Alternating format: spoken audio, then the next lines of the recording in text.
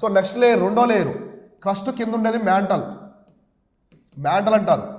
So ఇది mantle, ఇది crust, first crust తర్వాత వచ్చేసి మ్యాంటల్ అనమాట. రెండో పొర, భూమి లోపల రెండవ పొర. So layers of the solid hot rocks 40 kilometres beneath the surface of the largest layer. So ఎలా చెప్పాలంటే ఈ మ్యాంటల్ అనేది చాలా పెద్ద లేయర్ అనమాట. క్రస్ట్ తర్వాత ఉన్నటువంటి చాలా పెద్ద లేయరు.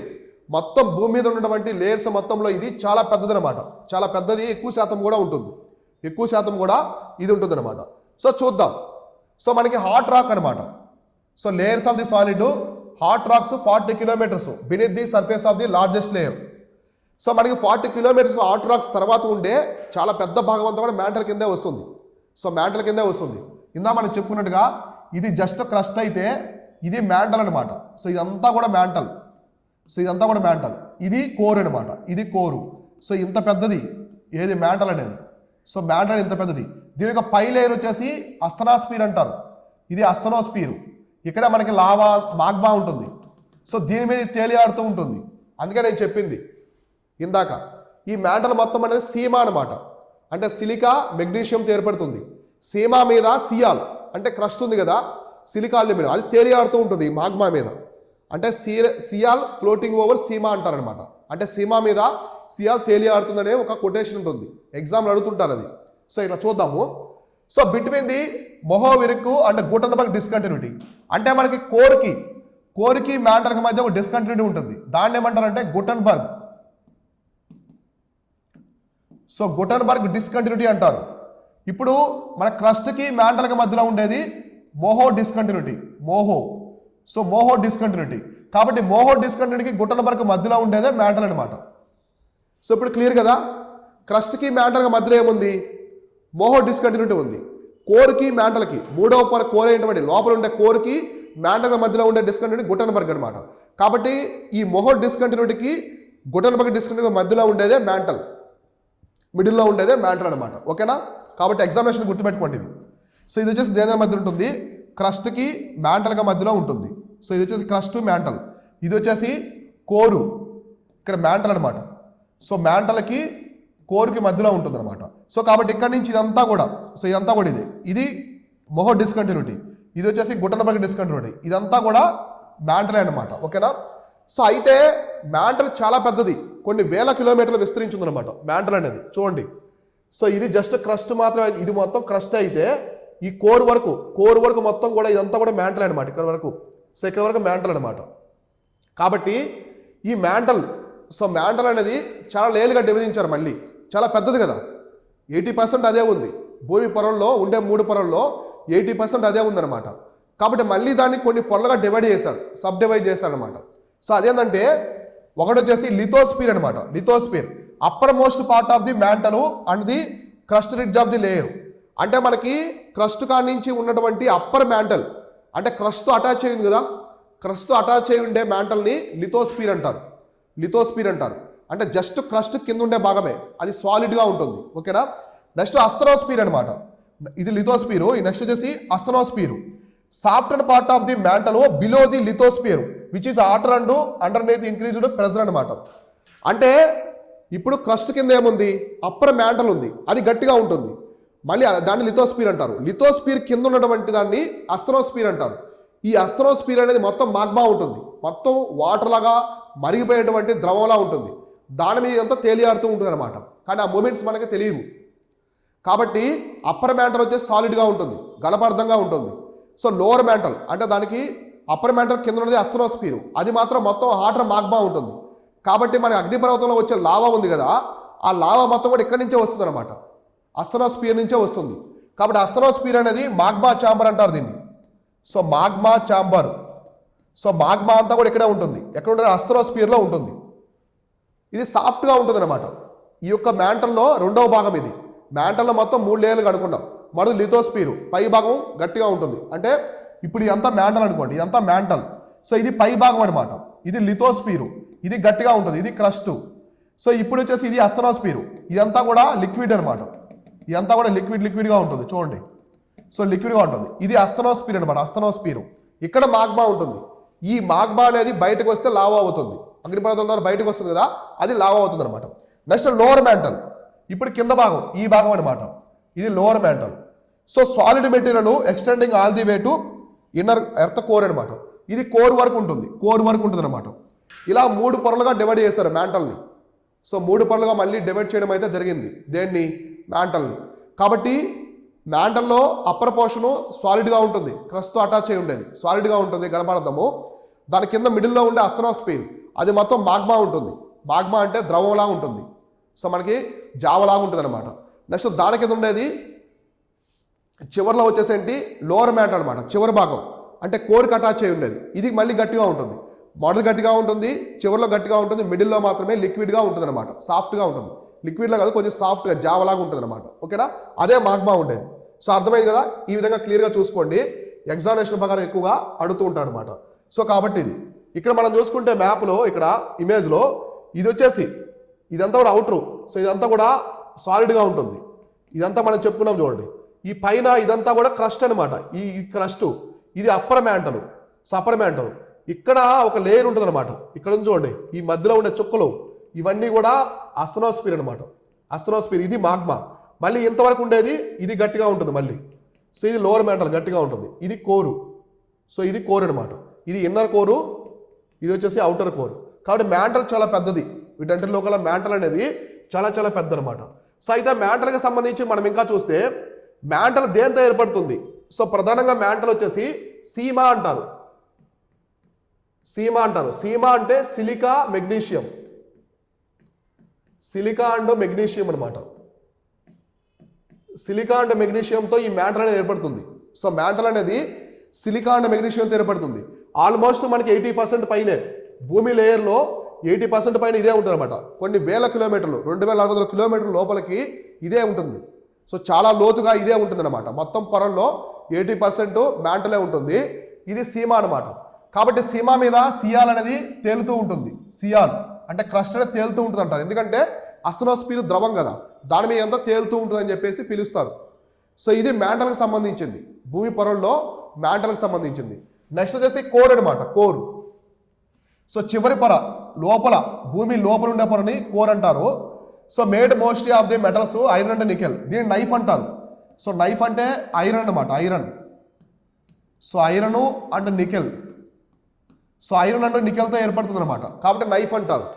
సో క్రస్ట్ వచ్చేసి సీమ, సియాలు. మ్యాంటల్ వచ్చేసి సీమ, సీమ అంటే మెగ్నీషియం, సిలికా మెగ్నీషియం. క్రస్ట్ వచ్చి సిలికా అల్యూమినియం. ఇది వచ్చేసి నైఫ్ అనమాట, అంటే ఐరన్ నికెల్ ఉంటాయి ఇందులో. సో దీన్ని మళ్ళీ 2 పార్ట్స్గా డివైడ్ చేశారు. మళ్ళీ దీన్ని కూడా కోర్ అనమాట, భూమి లోపల చివరి భాగం ఇక్కడ నుంచి చూడండి. సో కోరు ఇదనమాట, ఇది ఇక్కడ ఉండేది, ఈ రెడ్గా ఉంది కదా ఇది. సో ఇదంతా కూడా అవుటర్ కోరు, ఇదంతా కూడా అవుటర్ కోరు, అవుటర్ కోర్. ఇదంతా ఇన్నర్ కోరు. సో ఇదంతా కూడా ఇన్నర్ కోర్, చివరి భాగం అనమాట. మనం ఎర్త్ పైన ఒకటి, లోపల ఒకటి, చివరిలో ఉండేది భూమి లోపల ఉండే భాగం, దాన్ని కోర్ అంటారు. సో దాన్ని మళ్ళీ 2 పార్ట్స్గా డివైడ్ చేస్తారు. అవుటర్ కోర్, అవుటర్ కోర్ వచ్చేసి molten metals that surrounding the inner core. P waves slow down while yes waves stop అనమాట. మనకి సెస్మిక్ వేవ్స్ ఉంటాయి. మళ్ళీ చెప్తాను, మనకి ఈ యొక్క భూకంపం రావడానికి ప్రైమరీ సెకండరీ వేవ్స్ ఉంటాయి అనమాట, తరంగాలు. ఇక్కడ ఈ యొక్క అవుటర్ కోర్లో పీ వేవ్స్ స్లో అవుతాయి, ఎస్ వేవ్స్ ఆగిపోతాయి, ఆల్మోస్ట్ ఆగిపోతాయి అనమాట. అయితే ఇది కొంచెం మోల్టెన్ మెటీరియల్, అంటే ద్రవంలా ఉంటుంది. సో ద్రవంలా ఉంటుంది అవుటర్ కోర్, ద్రవంలా ఉంటుంది. ఇన్నర్ కోర్ మాత్రం డెన్స్గా బాల్ లాగా సాలిడ్, ఇలా సాలిడ్గా ఉంటుంది, సాలిడ్ ఘనపదార్థంలా ఉంటుంది. సో ఘనస్థితిలో ఉంటుంది. సో ఘనస్థితిలో ఉంటుంది. కాబట్టి గుర్తుపెట్టుకోండి, ఇన్నర్ కోర్ అనేది ఘనస్థితిలో ఉంటుంది, దానిపైన అవుటర్ కోరు మళ్ళీ వాటర్ లాగా జావలాగా ఉంటుంది అనమాట. సో ఇలా ఉంటుంది. ఈ విధంగా అయితే ఇన్నర్ కోరు అవుటర్ కోర్ అయితే ఉంటాయన్నమాట, 2 భాగాలు అయితే ఉంటాయి, గుర్తుపెట్టుకోండి. ఇక్కడ మనం చూసుకుంటే కోర్కి మ్యాంటల్కి, సో కోర్కి మ్యాంటల్కి మధ్యలో ఉండేది Gutenberg discontinuity, Gutenberg. So Gutenberg discontinuity అనమాట. సో గుటెన్బర్గ్ డిస్కంటిన్యూటీ దేని మధ్యలో ఉందంటే కోర్కి మ్యాంటల్కి మధ్యలో, అంటే అవుటర్ కోర్కి మ్యాంటల్కి మధ్యలో ఉండేది గుటెన్బర్గ్ డిస్కంటిన్యూటీ. మొహో డిస్కంటిన్యూటీ వచ్చేసి క్రస్ట్కి మ్యాంటల్కి మధ్య. ఓకేనా. So moment of the liquid outer core creates the earth magnetic field అనమాట. ఇప్పుడు మనకి ఎర్త్ మ్యాగ్నెటిక్ ఫీల్డ్ ఉంది కదా, ఎర్త్ చుట్టూ అయస్కాంత క్షేత్రం ఉంది, మనం చెప్పుకున్నాం కదా. ఎర్త్ యొక్క మ్యాగ్నెటిక్ ఫీల్డ్ ఎందుకు వస్తుందో తెలుసా, దీనివల్ల అనమాట. So moment of the liquid outer core. ఇప్పుడు మనకి అవుటర్ కోర్ ఇలా ఉంది, ఇది ఇలా ఉందన్నమాట. ఇది అవుటర్ కోరు, ఇదంతా లిక్విడ్ స్టేట్లో ఉంటుంది. ఇది ఘన పదార్థం, ఇది ఘనంగా ఉంటుంది. కాబట్టి ఇది వచ్చేసి అవుటర్ కోర్ అనమాట. ఈ లోపల ఉండేది inner core. So inner core వచ్చేసి ఘన స్థితిలో ఉంటుంది, ఇది ఘన స్థితిలో ఉంటుంది, ఇది వాటర్లా ఉంటుంది అనమాట. కాబట్టి ఈ లిక్విడ్లో ఉంది కదా, ఈ లిక్విడ్లో ఉన్నటువంటి moment of the liquid outer core, ఈ లిక్విడ్ స్టేట్లో ద్రవ స్థితిలో ఉన్నటువంటి అవుటర్ కోర్ వల్లే మనకి అయస్కాంత క్షేత్రం ఏర్పడుతుంది. భూమి యొక్క అయస్కాంత క్షేత్రం అర్థమైంది కదా. భూమి యొక్క అయస్కాంత క్షేత్రం ఎందుకు ఏర్పడుతుందో మీకు అర్థమైంది కదా. సో దేనివల్ల ఏర్పడుతుందంట భూమి యొక్క అయస్కాంత క్షేత్రం? అవుటర్ కోర్ అనమాట. ద్రవ స్థితిలో ఉన్నటువంటి అవుటర్ కోర్ వల్ల భూమి యొక్క అయస్కాంత క్షేత్రం అనేది ఏర్పడుతుంది, అయస్కాంత క్షేత్రం ఏర్పడుతుంది. సో ఇక్కడ చూస్తారు కదా, ఈ యొక్క ద్రవ స్థితిలో ఉన్నటువంటి, ఇక్కడ చూడండి పట్టిలుగా ఉంది కదా, ఈ పట్టిలుగా ఉన్నటువంటి బాక్స్లా ఉండే ఈ యొక్క అవుటర్ కోర్ వల్ల, సో అవుటర్ కోర్ వల్ల, మోల్టన్ అవుటర్ కోర్ వల్ల మనకి అయస్కాంత క్షేత్రం అనేది ఏర్పడుతుంది, అయస్కాంత క్షేత్రం అనేది ఏర్పడుతుంది, భూమి యొక్క అయస్కాంత క్షేత్రం. సో ఇదనమాట. ఈ విధంగా ఎర్త్ని 3 భాగాలుగా విభజించారు. ఏమని? క్రస్ట్, మ్యాంటల్, కోర్గా 3 భాగాలు విభజించారు.